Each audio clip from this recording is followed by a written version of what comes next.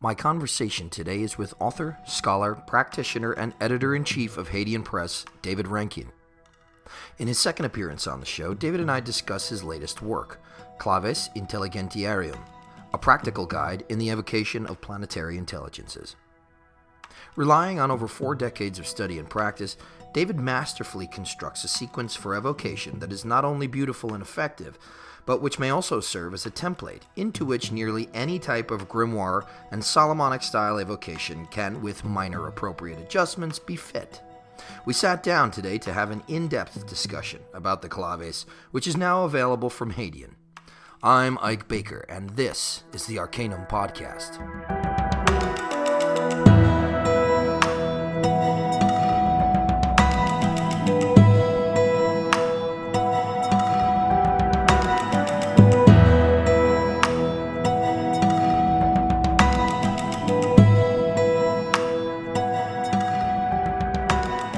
All right, well, I've got David Rankine on the podcast today, who really needs no introduction. This is his second time on the show.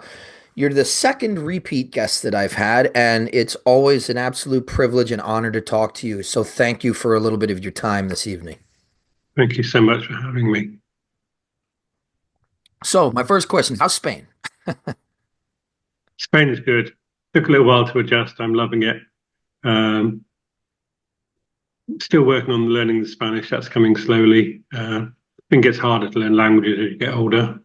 Yeah. But that aside, no, I love it here. It was a total change and it was great.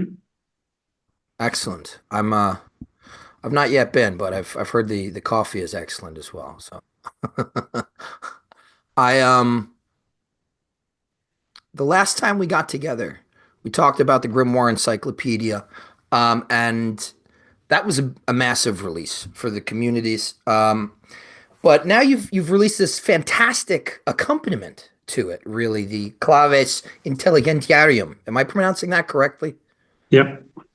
So it's a manual for working with the planetary intelligences, practically. It's a practical manual. I need to stress that, which is anybody that's familiar with my podcast, I'm overjoyed anytime we're seeing something practical, particularly from someone with your experience and expertise. But was this something that you had sort of up your sleeve, or did it pop up? No, it popped up when I was doing the Grimoire Encyclopedia. I was asked by this Italian group, the Sulphur Society. Stephen Skinner and I were both asked to do a presentation because they wanted to do practical conjuration. They had like a course running and they wanted to end it with conjuration. And Steve and I both said we thought the intelligences would be the best way to go for people who haven't done conjuration before. It's a good one to start with. And decided that Stephen would cover the theory and I would do the practice. So, I was putting together material of what I would go through with people in the sort of 2 hours I had of like the sequence for the conjuration. And while I was putting it together, I read this very nice blog that Jason Miller did about Grimoire Encyclopedia. And he had one line in there where he talked about the chapter I did on practice and said, this is saying how he loved it. And it was the voice of Rankine the Conjuring. We didn't hear this voice enough. And something in my head just twigged. And I thought, you know what? I've been telling people for years, the intelligences are a great way in for conjuration, grimoire conjuration. But the thing is, when I was thinking about it, apart from the book that I put out of the actual conjurations, there isn't the complete sequence, So in a way, I was giving empty advice because although I think it's the best way in, I wasn't giving people all of what they needed because you can't, you need a lot more than just the conjuration. You need to know what comes beforehand. You need to know what you're doing with consecrations, your circle, and all the rest of it. And in that moment, I thought, I need to do a practical book that covers everything, so all of the whole sequence, what you do and all the preparation and purification, all the consecrations of the different items, put everything there. So someone who has never done never done conjuration before, has it all there in one place. They can work through it and confidently do a conjuration. And I've covered everything and what you do, why you do it, how you do it. And so I put the sort of sequence of, what I over the decades have as my sort of standard sequence for conjuration in there, and sort of explaining what all the sources were, why I do it, bits I've added in which aren't, classically in the grimoires, like where I had visualizations in and things like that. And that's where the book came from. Fantastic. If you'll allow me just a minute to gush a little bit, what I found about it is that it's exhaustive without being exhausting. So it's not a laborious read. Um, Obviously, it's extremely practical, very thorough, very explicit. And what I really enjoyed about it was the voice of the conjurer, right? I read Jason's blog actually. What to do with it? What does one do with the Grimoire Encyclopedia? And that's a powerful kind of title, epithet, the conjurer. And so there's also a lot of that sort of personality in there, the wisdom, the sagacity, but also for people who practice magic, there's like those little actual kind of like not necessarily flattering moments where it's like only a practicing magician would know this, like your considerations to use linoleum instead of a floor cloth because it might bunch up, you might trip. I like stuff like I really appreciate that level of practical detail. Um, this kind of work is so important because as academic and translation literature sort of increases, the practical stuff, I don't know if it just appears to be dwindling or if it's just kind of getting lost in the noise. And I think I'd like to hear how you feel about this, but the practitioner-based literature now is having to reevaluate its approach, I think. Would you agree with that? Yeah, absolutely. And when I was writing Claves, I thought I don't actually know of any book that's out there. There might be, but I just haven't found it or come across it that actually does this. It puts it all in one place and gives you everything without you needing to go off elsewhere. But no, why has nobody done this before? It's something that's so needed, and it's a sequence that can be applied to other things beyond the intelligences. And the follow-on book, which I've nearly finished writing, Claves Spiritum, adds in a lot more stuff and also shows how you would adjust it, things like the Olympic spirits and the demon bishops. And since in the year since Claves Intelligentiarium, my practice has just skyrocketed. I've had so many more insights and communications from spirits I've worked with and things that, it's like it's the next steps after that are going into the next book. And it's actually going to be a trilogy, in fact. But the second book takes it a lot further. So there's a lot of material that, although book one is complete for what it is, book two expands it a lot in other directions and covering things that I think, again, it's the sort of the necessary stuff, and a lot of it, like you say, it's the common sense stuff that you get from doing it, and that it's not so much someone telling you, oh, you need to look out for this. It's things you realize when you do it, and when you're doing it repeatedly, it's like people should be told this should be in there, this should be there, and trying to cover everything. Also, in the end of last year, I ran my first run on the Conjuration course that I'm going to be doing twice a year. And the questions I got from people in that were great as well, because I also a lot of things, like little things, I thought, yeah, that needs to go into the next book as well. But I didn't put in the first book. But that sort of practical stuff going in as well. So the second book it's more the same, but it's kind of takes it a few more steps along. Wonderful. Yeah, and for anybody listening that knows, like my kind of bag is more theurgic. Um, it's perfectly applicable because if you were to take, let's say, a Goez and a Theurgist and put them in a room side by side, they'd be doing the same thing. It's just the end result that they want is different. So I've been able to really successfully adapt this into my own practice. I've toyed around with it, since I started reading it. But I understand this is not a grimoire, right? It's a manual, it's a template, as you explicitly state. But you've been doing this for over 4 decades, and this, as you noted, this is sort of an amalgamation of the most salient and important points that you've discovered from your practice.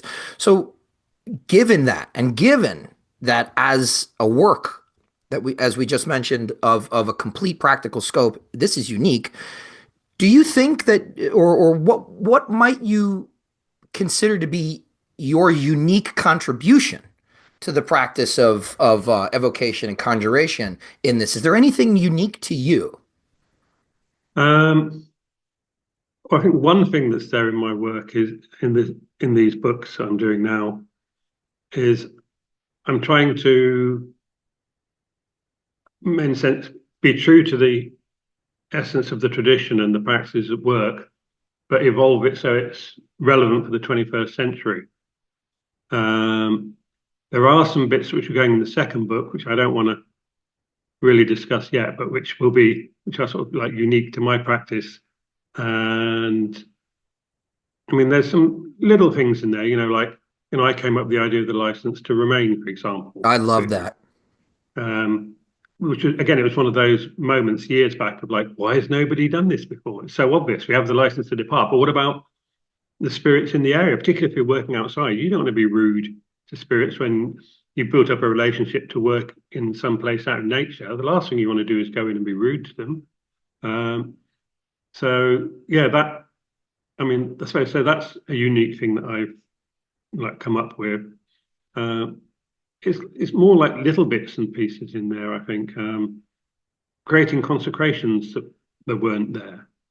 Like, in all the grimoires, there isn't a consecration of the robe, for example. So creating and adapting them, and like I say, in places updating the language because the old English is very nice or whatever language it might be, but we don't need all these like getuff, cometh, etc.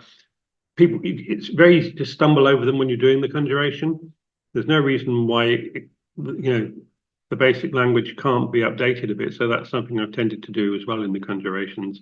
Um, I think there's this whole renaissance, like you say, with the texts and the material that's available. It's all well and good, and it's brilliant that the material is there. But what is really needed, as you yourself have just said, is more emphasis on coherent practice that works. And that's what I was trying to do with that book. And I'm not saying mine's the only way, mine's the best way. What I'm saying is here's a template that I've developed over like 45 years that works repeatedly successfully for me. Other people who've done it have had really good results with it. You can take and use bits that you want, but this is a good starting place. I encourage people to find their own method of practice, but there are certain things which you need to have. There are areas of inflexibility that you need in a conjuration. Yeah. Um, I'm wondering, I'm assuming it was sort of premeditated since, as you said, this is serving, at least in part, a manual for beginners. Uh, you're having them work with sort of with benevolent, or I think as you put it in the book, quote unquote, laid back intelligences. And it was that intentional to start this kind of easier path, or I would say less intimidating path. Absolutely. I think the intelligences along the Olympic spirits, they're described as being benevolent, courteous, affable. If you have your first conjuration, it's good to start with things that are accessible, easy to get on with. But also, both the intelligences and the Olympics, who say are in the second book, um, are very good at producing results. So there's that side of things as well. Um, I think it's much easier to work with the intelligences and get results than to go to the angels or archangels, for example. So at the end of the day, I think the intelligences are a great place to start. And it may be that you don't even really need to work with other spirits because you can get all you need from the intelligences. Some people, there's this sort of mystique about all the, the dark, scary stuff like the Ars Goetia and stuff like this. But I'm a great believer in, practical and going with what works and what fits. And I think the intelligences are a great starting place, but they don't have to be left behind on the journey because they are, I think, some of the most effective spirits for achieving results for you. Yeah, well, that's an excellent consideration, so this way it's I think one of the humps to get over when you're starting out is practical results. It's like, many of us are like either discouraged, I'm doing this wrong, or oh, this is just bunk, it doesn't actually work. So that's actually a really smart or I'd say wise consideration. Um, but for those listening this evening who maybe are new to your work or to evocation, conjuration in general, do you mind speaking a little bit about these hierarchies? Archangel, angel, intelligence, spirit. What do you think it's important for practitioners to know about these hierarchies, how they work, how they're oriented? Because this can definitely be opaque and a blind spot for practitioners for a long time. Um, the hierarchy, if we use I'll go into analogy mode from here on. um, if you consider an organization, um, when if you contact an organization, you don't get put straight through to the CEO. You have to go through layers. You start at lower levels and go up. And the CEO also wouldn't be able to do the jobs that people lower down in the organization are doing. They have this overseeing administrative role. And it's the same thing. You have the hierarchy where you have God, you have the divine top, you have the archangels, the angels, um, the intelligences, spirit, the planetary spirits going through there. I mean, there's others that fit in there as well. The Olympic spirits kind of would fit in below the archangels. You have, if you look at things like Janua Reservata, Magica, you talk about that at the very top under God, you've got the seven angels who are in the presence of God. And then under them, you also have then you have the zodiacal angels and the mansions of the moon angels and the Shemhan Forash angels. So they're structured in the same way that you have the infernal hierarchy where you have the three or four, depending on which grimoires and which part of Europe it is, the Lucifer, Beelzebub, Satan, or also with Astaroth in there at times. And then you have like your four kings and you have characters like the demon bishops and all these other. So you have the strata there as well. And generally, the lower you are in the hierarchy, the easier they are to contact. So the more chance you have of success. So starting with something like the intelligences, you have far more chance than you do of like, I'm going to jump in and try and conjure an archangel. And I know some people claim to have great success and the archangels turn up on the turn of a pin and this stuff. I don't buy that. The archangels are, I think, tend to be very busy doing what they're doing, and they either don't, most of the time, they either don't turn up or they'll send somebody low in the hierarchy in their place. And this is a point that's actually was made by Rudd in one of his, Thomas Rudd in the Nine Keys, where he says, archangels like Metatron or Ratziel, who would only call on for affairs of state affecting the world, and that most of the time it's fine to work with characters like the Olympic spirits to get what you want. The hierarchies are relevant because you can call on the power of beings higher in the hierarchy to assist you without them turning up. So it's like, when you, for example, you make the Laman that you have for your planetary intelligence, on the reverse side of it, you would have the planetary archangels seal.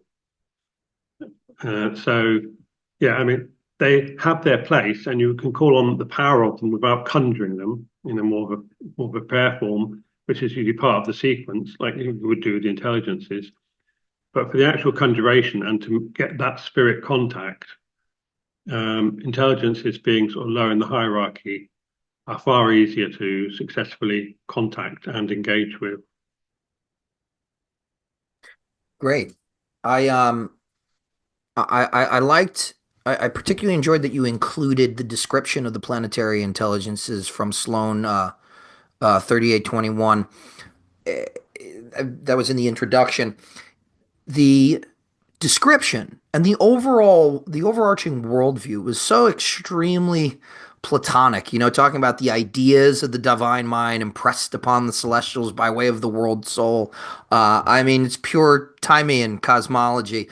And that, I think that's just as an aside, but leading to my next question, I think that's why the grimoire tradition was so successfully able to be integrated with Christianity, because Christianity itself sort of rests on a Platonic worldview.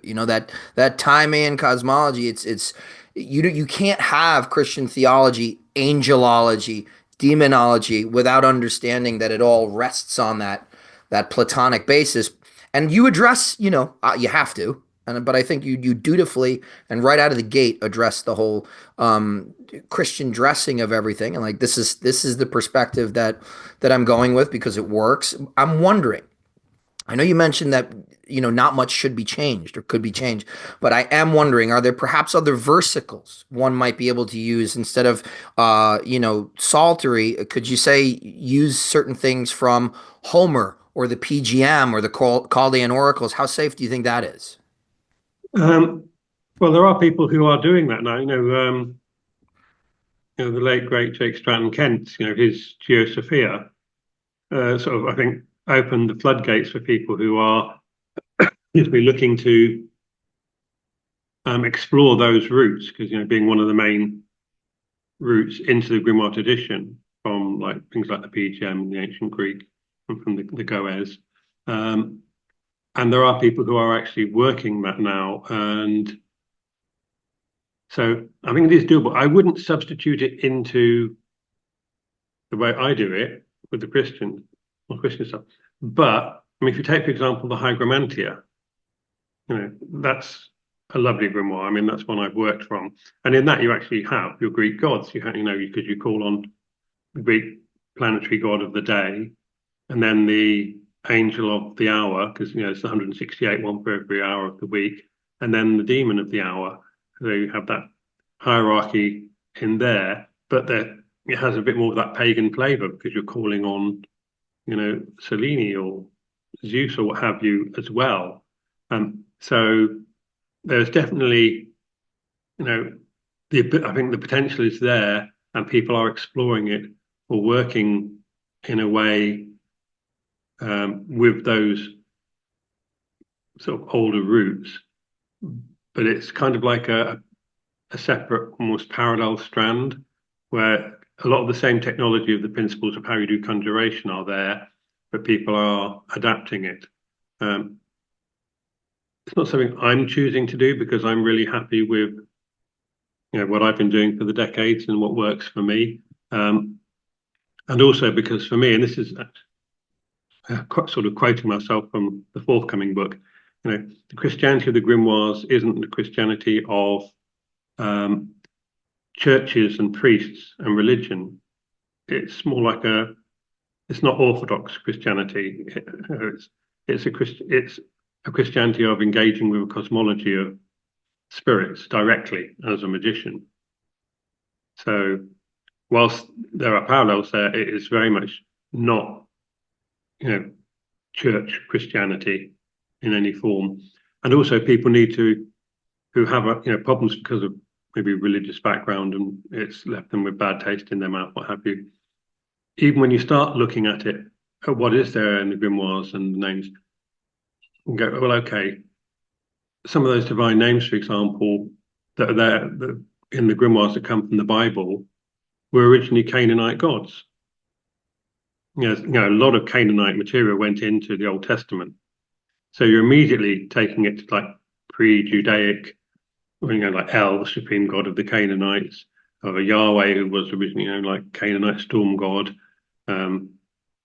They are not actually, although on one level they're being this all names of God of the grimoires, they also have their roots in earlier pantheism of the Canaanites. So there's a lot of fragments that have come together, and that's why I say it's more like an unorthodox magical Christianity in the grimoires. It's not that religious Christianity. It's a very big, distinction between them. Yeah, that's a good point.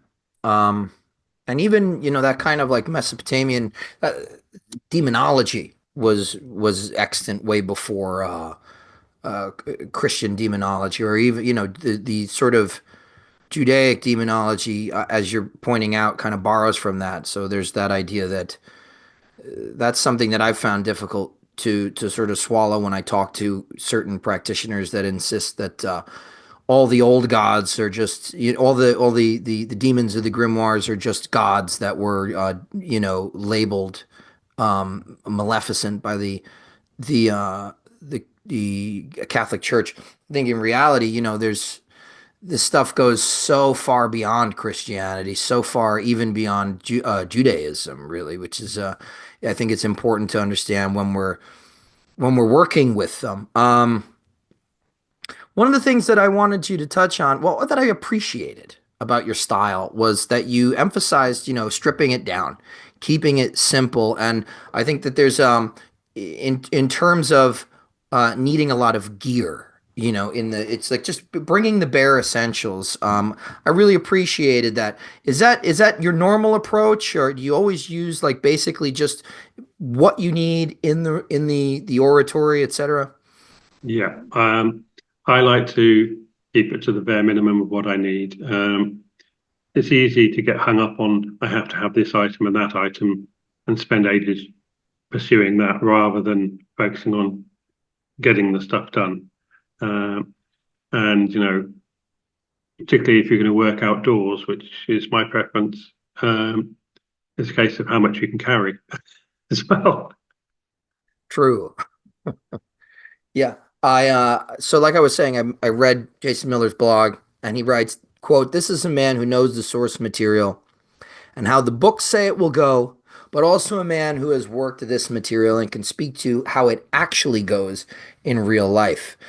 End quote. So how does it really go these days? What are some of the maybe unexpected or surprising challenges, or if any, or the ways, and then like the ways that you would adapt to that? What do you think the biggest difference between now and maybe 10, 20 years ago is for you? Um, well, I suppose one big difference is um, I obviously I have a very young daughter in the house, hence not really working at home, uh, and also a wife who works with various spirits from other traditions as well. So um, not having a sort of clash between what we do. I think one of the biggest problems is that the internet has made everybody um, feel that they have something to say, and an awful lot of the advice you see given online is bad advice, and obviously from people who've not really done a lot, but have read like a book or two, maybe tried something out, and not necessarily actually had a genuine result, but claim that they've had amazing results. Sort of people who like, oh, last night I called up Lilith to have sex with her, or you know, I, I snapped my fingers and Beelzebub turned up, or whatever it might be. It's like, yeah, that's not how it works. One of the hardest things is being in a position where you have the time and space to do all the preparation for a start. If you're working a regular job, having that sort of 7 or 9 day purificatory period beforehand can be really tough. And that's why I say in the book, like make sure that the day of the conjuration, if possible, the day before and the day after, you're not going to be working. So fitting that whole sequence in to a busy life, I think, is one of the biggest challenges. And the world is getting busier and busier around us. So it's a case of working out the practicalities. I think that's become perhaps harder than it was. So I think that's probably one of the biggest changes. I remember back in the 80s, it was a lot easier because most of the people you met were serious. There's no internet, no mobile phones, no computers, so even gaming systems, anything. And people that you met tended to be very serious about their work. Now, for a lot of people, it's like a fashion statement or a hobby or an interest. People who don't get it, it's a way of life, and it requires dedication and discipline, and you have to put the work in. And anybody who's doing magic, you need to spend those years at the beginning doing daily practices. They don't need to be complex, but things that develop your concentration, your mental muscles, your powers of visualization, your breathing, all the stuff like that.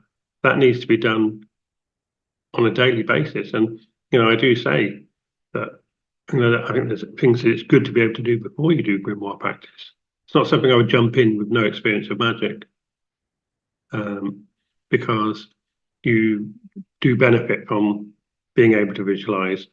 I mean, if you can shut off your internal dialogue, then great. That's, I think, one of the most vital skills for a magician to develop, because that way, particularly if you're in the scryer role, or if there's just you working solo, you can tell the difference between the voice of spirit in your head when you're engaging with it in a crystal and your own voice.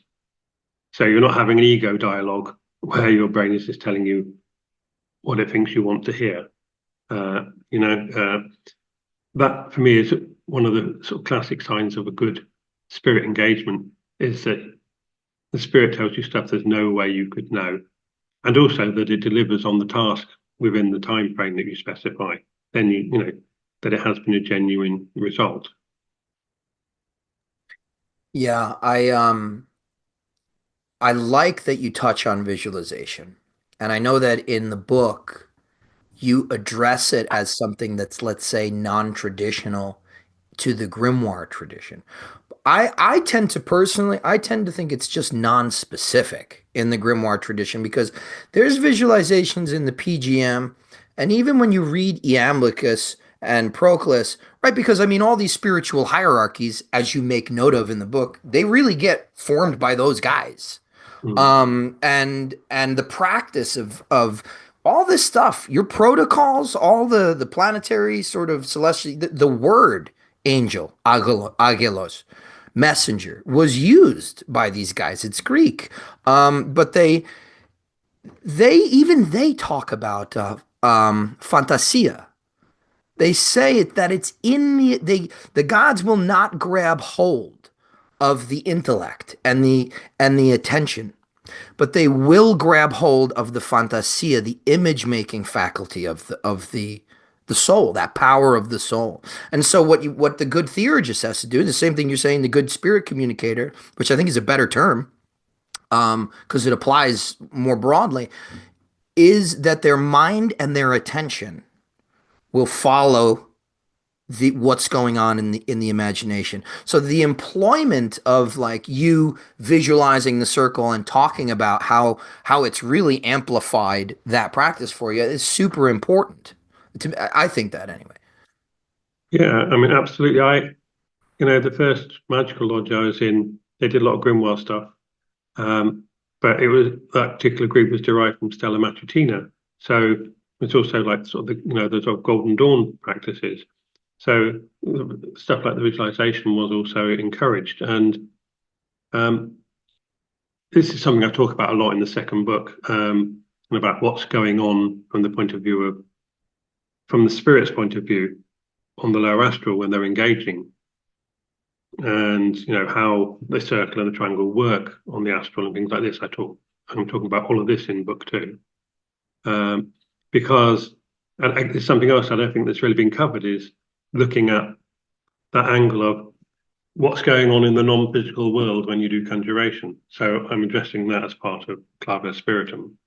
And I think one of the things I talk about there with regard to visualization is that when you do that visualization and you're seeing like that white fire on your circle, you are activating on the lower astral, in the first step, in the sublunar realm.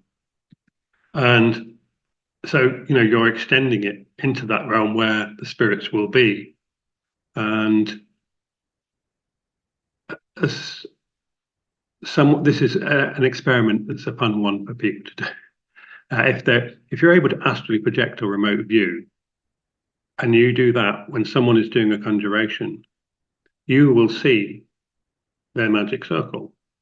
You will see that white, or if it's blue, for example, for certain traditions, you will see that light. It is there. It has a presence and a power. It's not just, I'm just going to imagine this is there. The power of your mind can shape that malleability of the lower astral. And so, like you say, the visualization is an important factor to have there. Just because it wasn't there doesn't mean nobody did it. Nobody wrote about it. But even if nobody did it, traditions evolve. We take what's good and we add other stuff that's good that fits in to make it better. Since Claves Intelligentiarium, I have made some revisions to my sequence just based on what's happened with my work and what I've learned from spirits in the last year to try and make it better. And it's not that what I did before wasn't good. It's just that we should always be striving to make what we do the best it can be. And so Claves Spiritum is taking what is in the first book that works really well and progressing it further. And that's based on the last year magically for me has been crazy, since I finished writing Claves Intelligentiarium. It's been like, the floodgates were just opened, and so much stuff that I'm really excited about, putting out in the next book, which hopefully will be out in the summer. It might depend when the publishers can fit it in, but they're excited about it as well. So hopefully it'll be, sooner in the year rather than later. When I say next summer, I mean summer this year. Yeah, I mean, just hearing some of that that makes me very excited. That's the kind of stuff that I want to hear about. I want to read about that stuff because it's not out there really. In at least not the way that you're doing it, which is, I think it's the way you're doing it is very grounded. It's satisfying to somebody like me. But so on that tack, I wanted to ask a question of clarification having to do with Appendix 7. You've got the quote unquote the shapes of the spirits given. So these descriptions, to borrow a term that I found very useful from your grimoire encyclopedia, actually in one of the footnotes, are these are these descriptions of their gateway images? Just basic suggestions of the way they're going to manifest to you? Yeah, those are suggestions of ways that they can appear. Not guaranteed that they will appear in that shape. I think a lot depends on the nature of the scryer or conjurer, the person who is actually engaging, and that particular spirit. For example, the way that the last, a few years back, a friend and I did a knuckle conjuration, and she did the conjuration, and I was the scryer. When I work solo, which I do a lot of the time, obviously I do conjuring and the scrying, but when I work with other people, I will often be the scryer because it's a role I'm happy to do. And a lot of people aren't so keen on that role. That's the role I took in my first lodge because most happened to be an all-male lodge, not because of any misogynism or anything. It's just the way the people who are in it got in, because you had to say the right thing when somebody asked you a question that you didn't even know you were being tested with. And at the time, there was this attitude back in the early 80s, like, the role of the scribe is very much a feminine thing to do. And I was like, well, I want to balance my masculine and feminine in me. I don't consider myself just to be one part. So I volunteered and did the scrying. when there were conjurations, because I wanted to develop those faculties in myself. Because I wanted to be a rounded magician. I wanted to be able to do all of it. And so, yeah, the Nahil conjuration, appeared as like this sort of winged black panther, which is not a description I've seen. And recently, a few months back, I did a Jothiel, the planetary intelligence of Jupiter. Uh, he turned up as a Minotaur. And again, that's not something I've seen in books, but that was the form he took to engage with me. And it's like, okay, well, I can see that there is Jupiterian symbolism in a Minotaur, and that's the form you want to be in.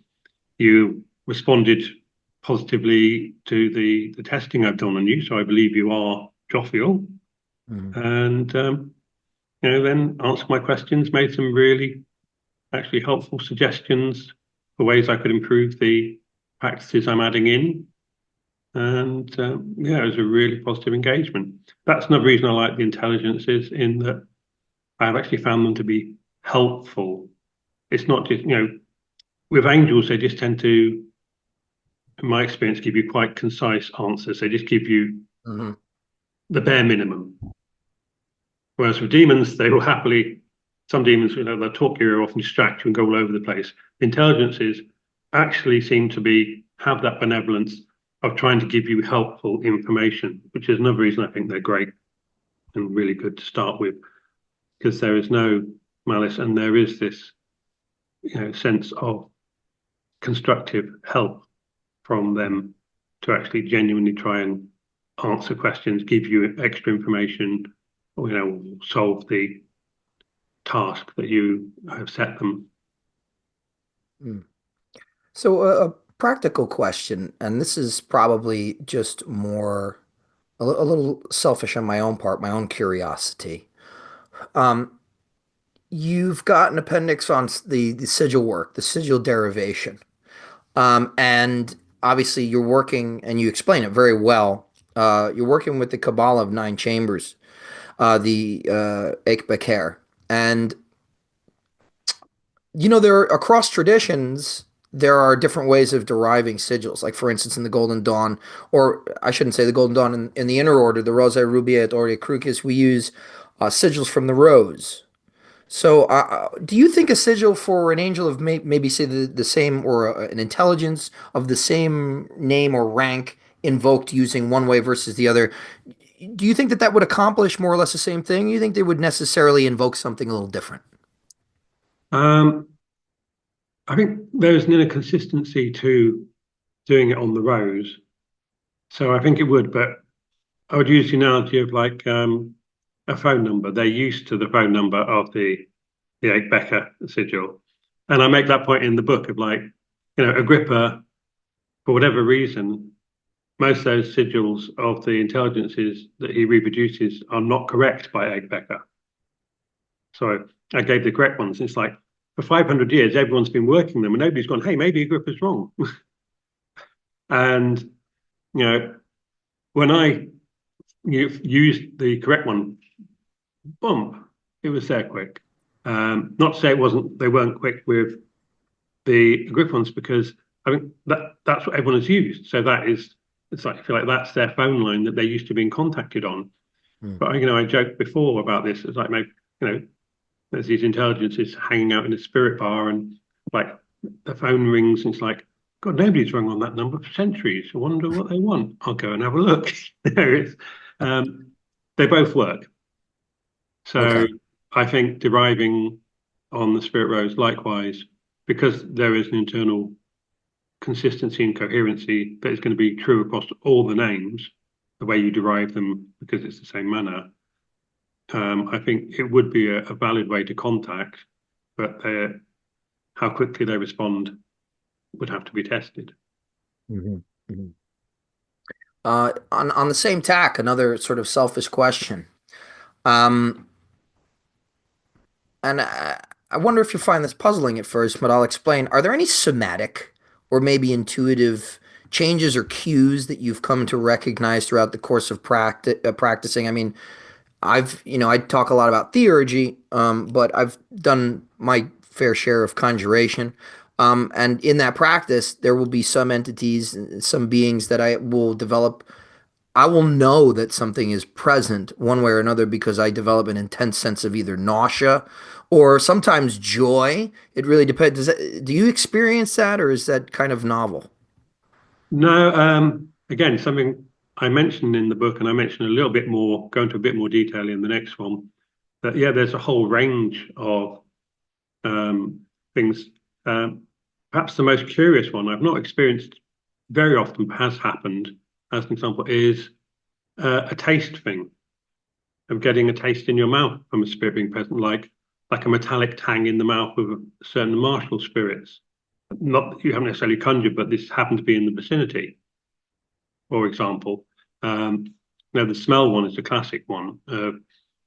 Spirits having a smell and picking it up, and many people have experienced this. And like the smell of like the cigarettes that their departed father used to smoke, or the perfume that their granny used to wear, and things.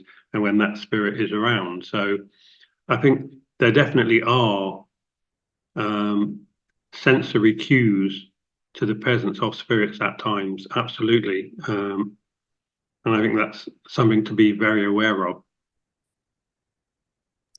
So I wanted to also address something that you talked about, just kind of shifting gears, but it is interesting to me.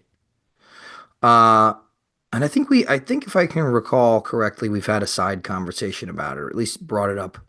The elemental attributions to the directions that you kind of address in the book, and how Levy kind of changed everything.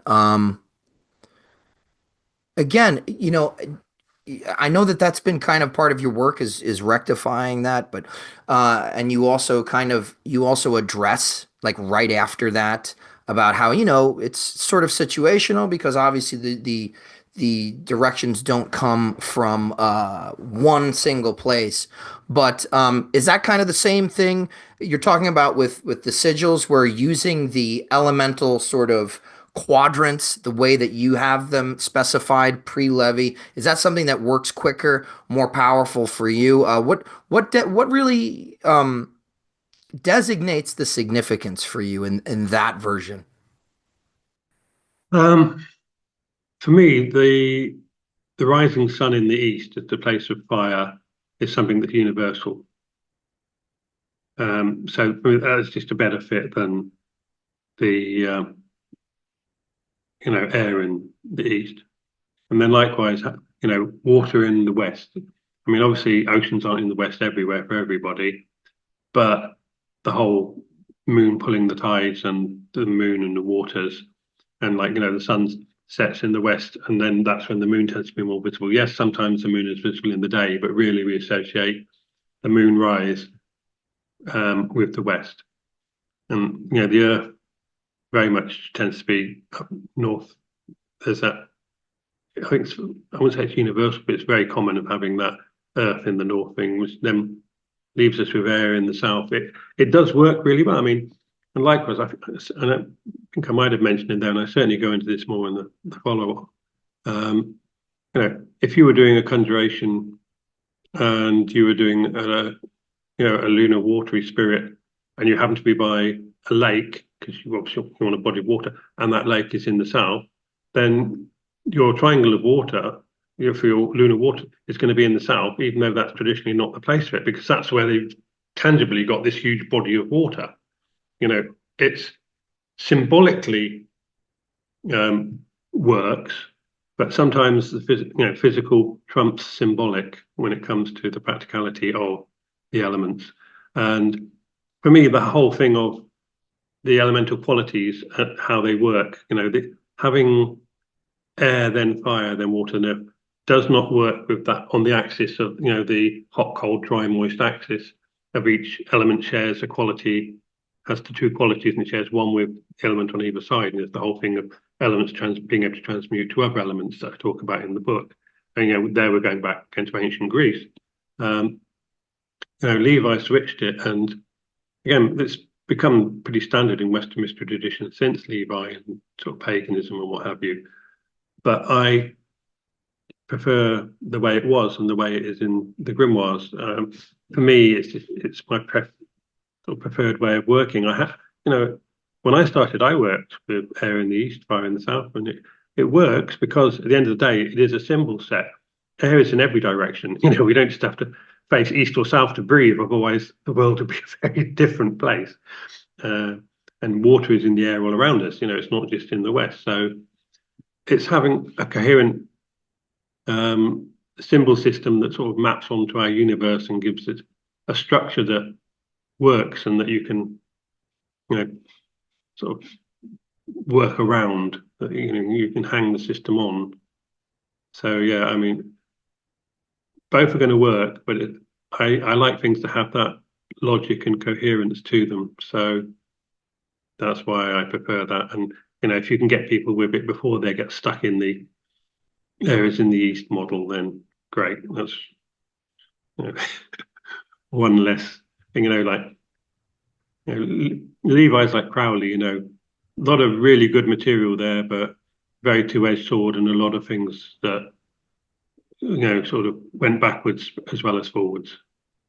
Yeah, to my understanding, it's actually the overemphasis of that elemental distribution kind of developed a little bit later, but to my understanding, it's actually based on the four winds. So it's more of a directional thing than it is strictly elemental. Like Zephyrus being the south wind, hot and dry, and Boreas being the north wind, etc. But yeah, I since you kind of mentioned that to me, that difference of fire in the East. I've been practicing it that way because it does align more with ancient Greek sort of stuff, and there's definitely some subtle changes. There's definitely some noticeable changes in practice. Part of me is like, I think I needed something to kind of shake my cage a little bit, shake the sediment from the bottom of the bottle. So, you know, yeah, I think it's it can be very useful in that sense too, even for somebody like me who got grabbed and sort of this sort of model is pushed into my head. It becomes very helpful at a certain point where you allow things to have that malleability, like you're talking about, and having that pragmatic sense where it's like, look, there's a lake in directly to my north. Let's just put, so I can appreciate that you also included that perspective. I mean, it's a funny thing that's like, they talk about as people get older, they tend to get more rigid in their thinking.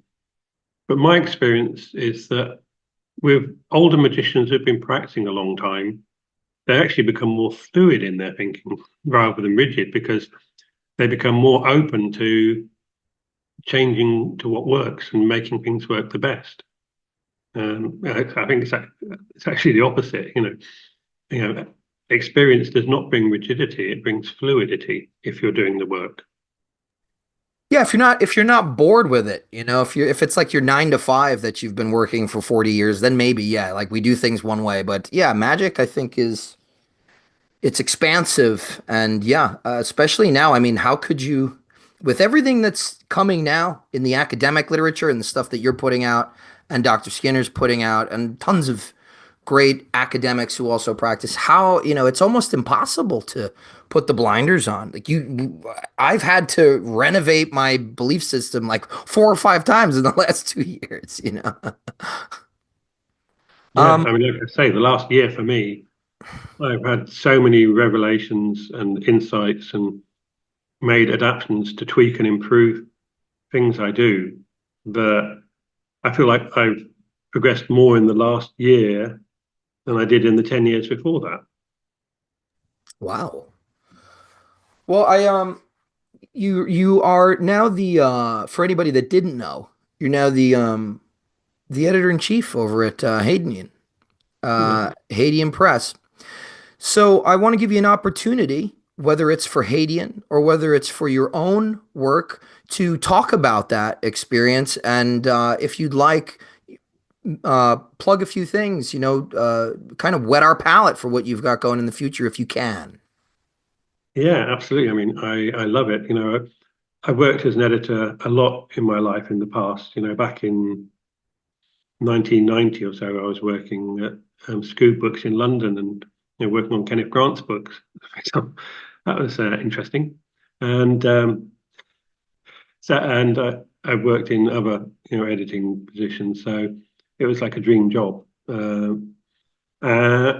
Yeah, there's some very exciting stuff coming and some stuff that just come out. I mean, Jim Baker's new book that's come out, The Inquiry into Necromancy, is a fabulous book. Sort of going all the way from the PGM through all of the grimoire tradition, exploring, like the practice of conjuration and how it's developed. And I mean, if anyone's read his Cunning Man's Handbook, they know like how good Jim's book is. He's a historian. His writing style is lovely because it's really accessible with this sort of dry humor in it, and it's a fantastic book. It's almost like a companion to the Grimoire Encyclopedia, but written with some of the whole history of conjuring. It's you could stick it alongside them as like almost like a companion volume. It's a brilliant book. I just finished editing. I'm finishing editing Steve Savedow's next book to come out, Faustiana Goetica, which is a collection of German grimoire texts translated into English.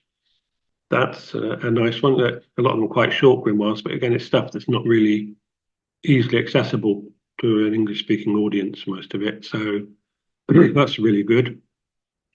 The next one I'll be working on is Sarah Mastros's Sefer Hatot, the Pentacles, the Solomonic Pentacles, big passion of mine.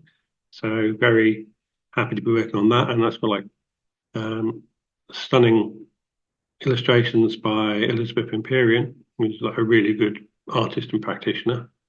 And so, yeah, there's a lot of exciting things happening. Hadean has a lot of good things coming out and just come out in recent months and in the coming year.